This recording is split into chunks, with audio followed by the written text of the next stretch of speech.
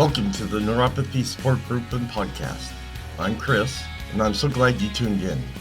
It's my hope with this podcast to help all of us gather information that might help those that need support dealing with this debilitating issue. Hello, and welcome to this podcast. Before we get started, let's get the formalities out of the way with the medical and privacy disclaimer. I am not a doctor or medical professional. The information on this podcast is from personal experiences and is meant for group support. Additionally, the information discussed is not meant to diagnose, treat, or cure any underlying conditions associated with neuropathy. All names here within are private and will not be shared with any outside sources. Please consult your healthcare provider before making any health decisions. If you have medical concerns or an immediate emergency, please contact your doctor or dial 911. Well, happy Monday morning to everybody. I hope you had a great weekend, especially being Mother's Day, so happy Mother's Day to all the mothers out there. I'm so grateful for everything that my mom gave me and the experience that I had of growing up. And I really miss her, and I love her so much. And that was something we never said too much to each other as a family. But I'm here now stating it that I know I will see her again one day. Well, as I sit here, ready to give you the next episode 49, 8 great pain relievers you aren't using, this is my second take. I had the other take completely done. And I don't know what is going on with this program. I really don't. But I think that other one had a lot of bugs in it and was very unstable. So I just erased everything off my laptop, went back and got one of the older one of the older programs and downloaded that one. So we'll see how this one goes here. But again, we are going to be talking about 8 great pain relievers you aren't using. It's only recently that doctors have begun to treat chronic pain as in its own right, and about time too. Around 50 million Americans live with some form of chronic pain, from migraine to back issues, fibromyalgia to osteoarthritis, lingering pain from old injuries to pelvic floor dysfunction. While medications like NSAIDs and opiates are useful for treating acute pain, they often fail to provide meaningful relief for pain that becomes chronic, and in the case of opiates, can create more problems than they solve. Fortunately, there are multiple non-pharmaceutical treatments and approaches available today that can decrease chronic pain and help people learn to enjoy life again. Here are 8 science-backed methods. Now remember, these are just methods to help relieve some of the pain. They're not cures at all. So let's get into it. Number 1, mindfulness-based stress reduction. Mindfulness is more than a buzzword and is definitely not new.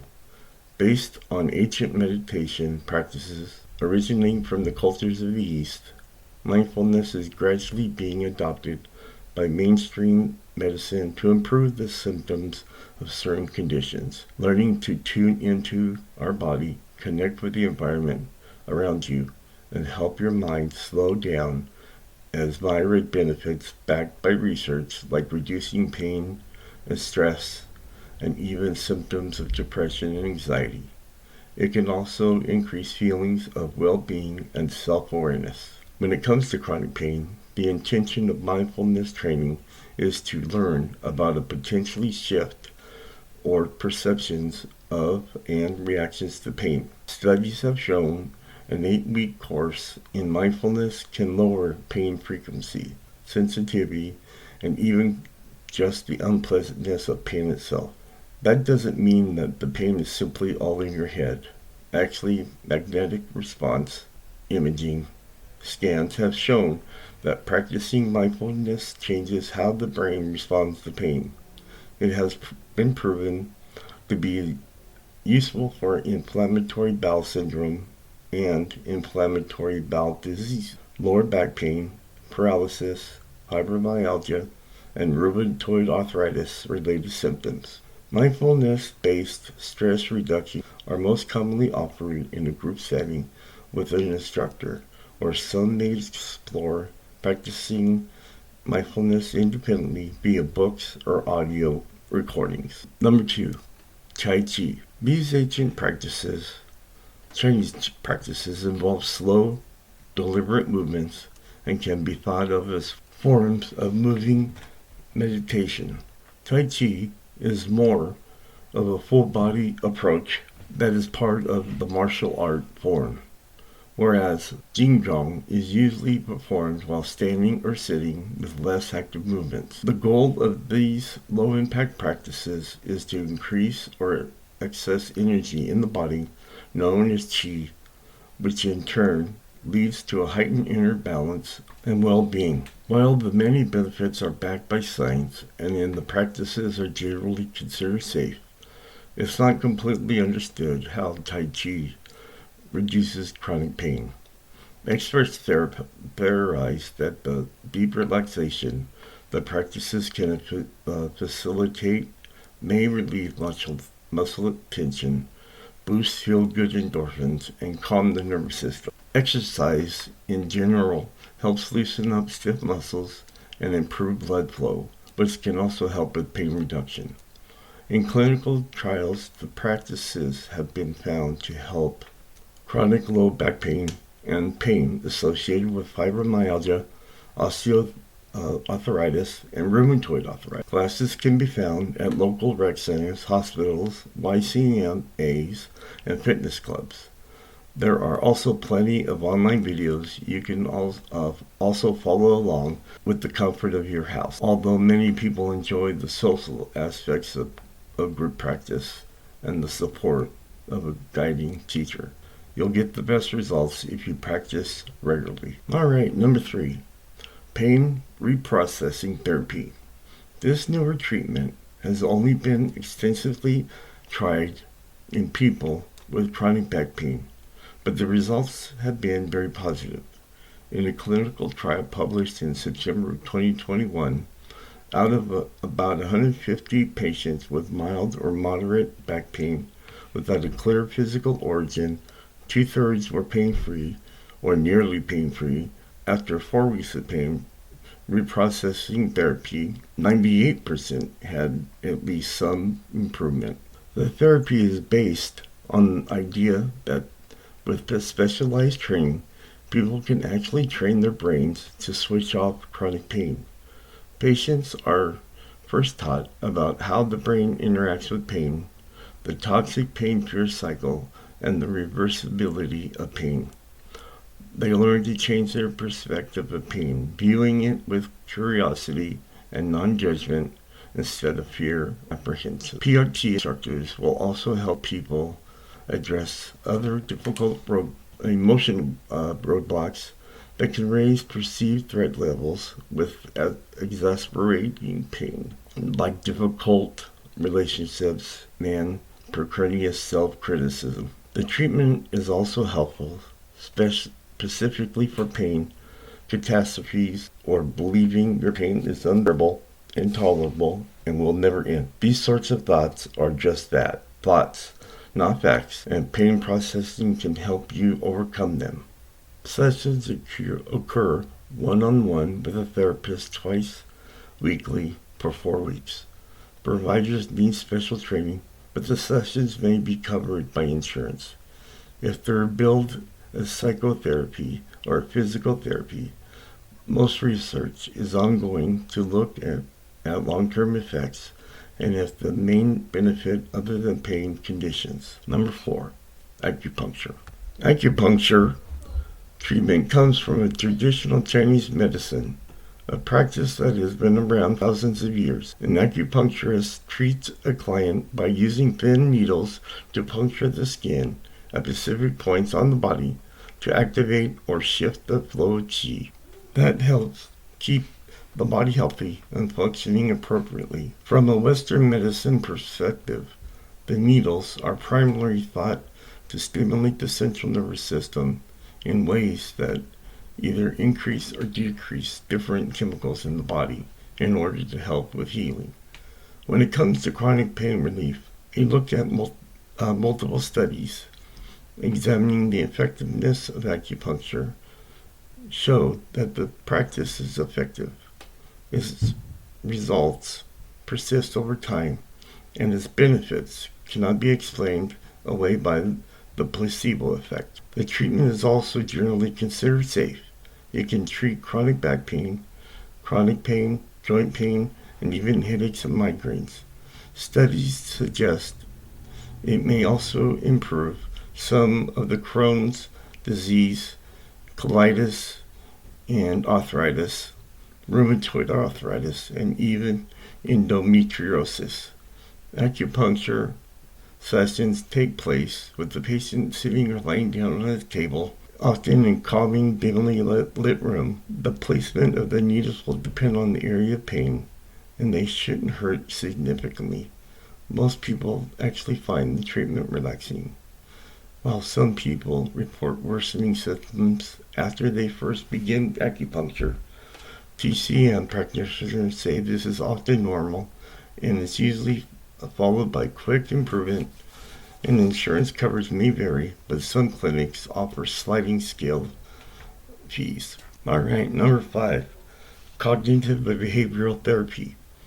Cognitive behavioral therapy, commonly known as CBT, is a cornerstone of contemporary talk therapy, but you may be surprised to know that it can help chronic pain as well.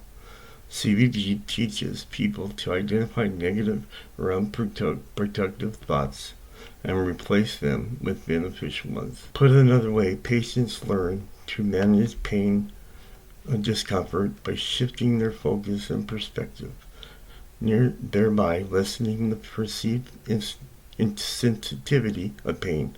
What's left unchecked can create a negative feedback loop. Researchers' studies have shown CBT can improve symptoms of chronic back and joint pain, in addition to headaches. In a study of nearly 1,000 people on long-term opioid treatment for chronic pain, individuals who received the CBT, along with yoga and breathing exercises for the 3 months, found their pain reduced even 1 year later.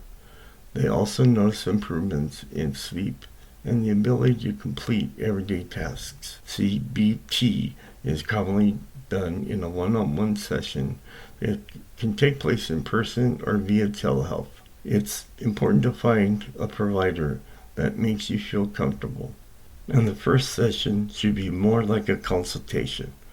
If the match isn't good, know that it's okay to seek out a new therapist. Once you conclude your therapy, usually after 5 to 20 sessions, you'll need to continue practicing the skills learned to see their benefits. There are also apps that offer CBT lessons that have some research behind them. Alright, number 6, chiropractic therapy. People who swear by their chiropractor swear by their chiropractor. This hands-on therapy involves manipulating the spine and sometimes other parts of the body to improve range of motion and physical function and to correct alignment. Practitioners believe fixing spinal alignment reduces pressure on the central nervous system, increasing the body's ability to heal itself and therefore reducing chronic pain. The technique has only been proven effective for musculoskeletal issues, low back pain, sciatica, headaches, and migraine, and neck pain. The evidence is strongest for low back pain. It also may be beneficial for people with multiple sclerosis and those with hip and back pain from osteoarthritis. It's not recommended for active AS. Sessions take place in the medical office setting, and multiple visits may be required. Fortunately, it's covered by most insurance plans. A chiropractor will perform adjustments with the patient sitting or lying down on the table. Soreness or fatigue may be felt for a few days after the session, similar to what felt after rigorous workout. Alright, number 7 is biofeedback. Biofeedback shares some foundations with mindfulness-based stress reduction. Using different gentle sensors, attached to the body. The practice can help people be aware of their physical responses to stress or pain, like quickening their breathing or tensing certain muscles. A therapist can then share techniques that can or reverse these reactions when they threaten to exacerbate pain, providing physical and emotional relief in the process. This technique has been proven effective in treating chronic pain for numerous conditions from fibromyalgia and osteoarthritis to cancer, lupus, and TMJ. It also helps with the headaches and migraine, as well as back, knee, and vulvar pain. Not only does it reduce pain intensity, but it can also help with symptoms of depression and anxiety. The types of sensors used on the technique taught can vary significantly depending on the kind of pain and its cause. The number of sessions recommended can also vary. The treatment isn't always covered by insurance, but if one-on-one therapy isn't financially feasible, these are consumers' wearables. There are consumer wearables and even phone apps that can teach you similar techniques to practice on your own. And finally, number 8, physical therapy. Physical therapy, often called PT for short, is a mainstream active treatment that helps patients with chronic pain regain strength and mobility, with the goal of reducing pain in the process. A physical therapist could help you build up the muscles around your core, for example, to help with low back issues. They might also use additional techniques like massage or the TENS therapy, which I do myself here at the house, and it works pretty good. I like it, to potentially help disrupt pain signals, increase blood flow for healing, and encourage the production of endorphins. Physical therapy is effective for treating chronic pain related to the hip and knee osteoarthritis, fibromyalgia, sciatica, back nerves or issues, and even pelvic pain associated with cancers.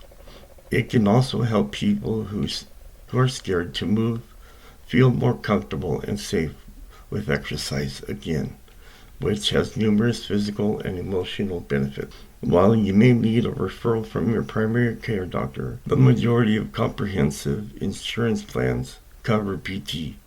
Physical therapists require proper education and certification, and they work in a variety of settings, from hospitals and private clinics to outpatient rehab centers. At your first session, a therapist will ask you about your history and may test your strength and range of motion. It's important to wear clothes that allow you to move freely, since your PT may ask you to perform various exercises or stretches. You'll likely need to practice some exercises outside of the sessions of what has the most benefit for yourself. Alright, that concludes this episode. I'm glad you're here listening with me. I appreciate all of you. And I hope some of the information that I'm giving you helps in some way the issues that you're dealing with every single day. Well, again, thank you, and I will see you next Monday. Bye. As we come to a close, it's my hope this podcast and other sources, such as product reviews that I have discussed today, can better our lives and give us some relief dealing with neuropathy. This episode, plus others, are posted every Monday on Facebook, Twitter, Instagram, iTunes, Spotify, and Stitcher. And finally, whatever life throws at you, even if it hurts you, just be strong and fight through it. Remember, strong walls shake, but never collapse. Talk to you next Monday.